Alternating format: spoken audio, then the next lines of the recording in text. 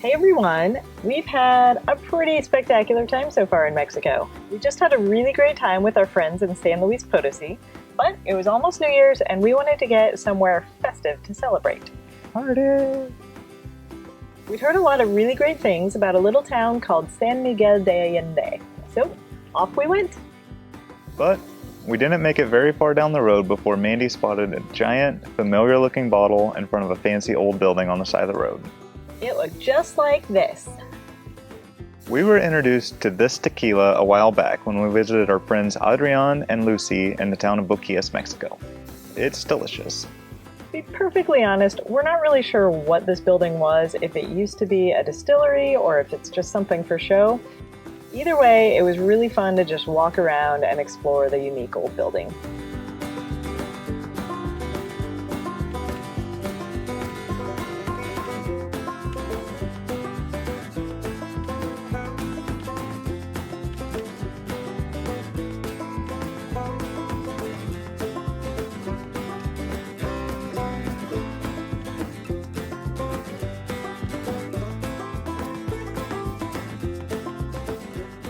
Of course, we couldn't leave without buying this bottle of tequila. This is a perfect example of why we love to travel without a strict itinerary. When you see something really cool on the side of the road, well, you have the freedom to stop and explore. Mandy has dubbed me the logistics manager for the Alaska to Mexico trip, and one of my main duties is deciding where we're going, when we're going, and where we'll stay when we get there.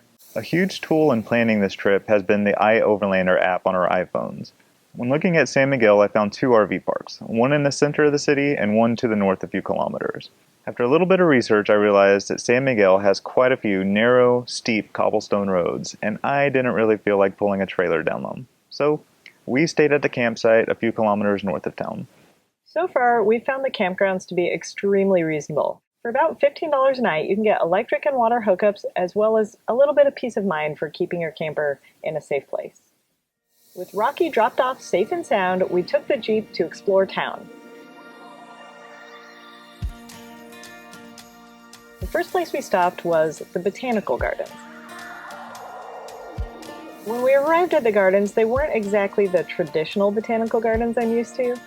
So we just got to the Botanical Gardens and we're walking around. What do you think, Kendrick? Not a lot of botanicals. This is the gardens, which is pretty much like, I don't know, walking around outside. It's just kind of deserty. Pretty deserty. Pretty deserty. But there were a lot of cool cactus to take pictures of, so that made it worth it.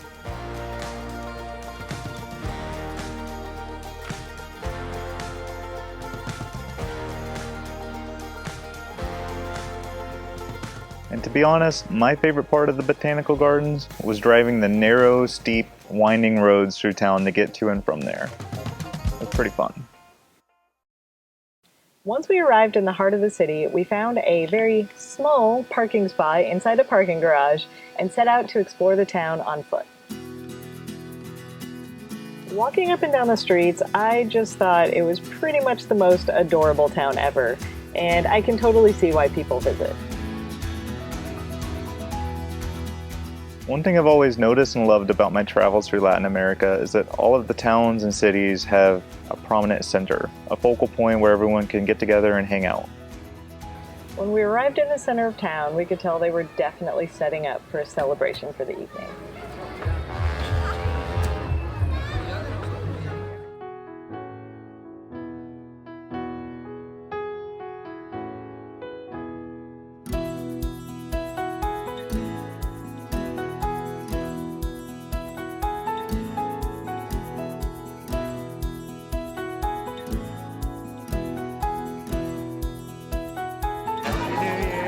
Happy New Year!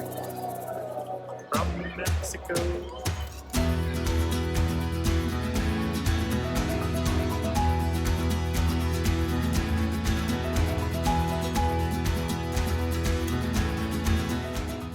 We spend the next few hours listening to the live music, watching the kids play in the plaza, and taking a bunch of photographs like the typical tourists we were.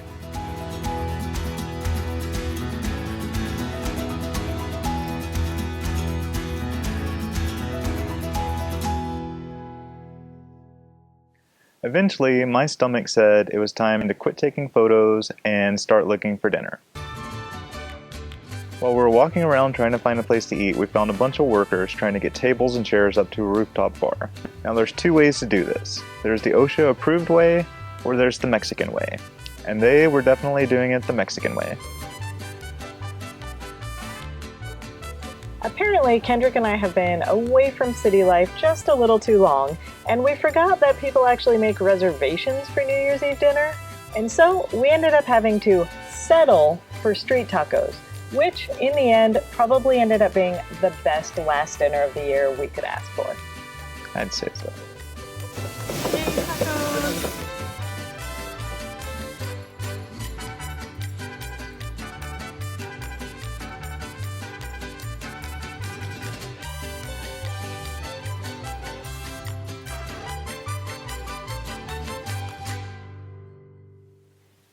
Looking back at the past year, we are so grateful for the places we've been able to go, the people we've met, and all of the amazing things we've been able to experience. One of the great things about living on the road is that you don't know what experiences you're going to have, and while we don't know what 2019 is going to bring us, we're pretty excited. So, here's to another great year. Love and light.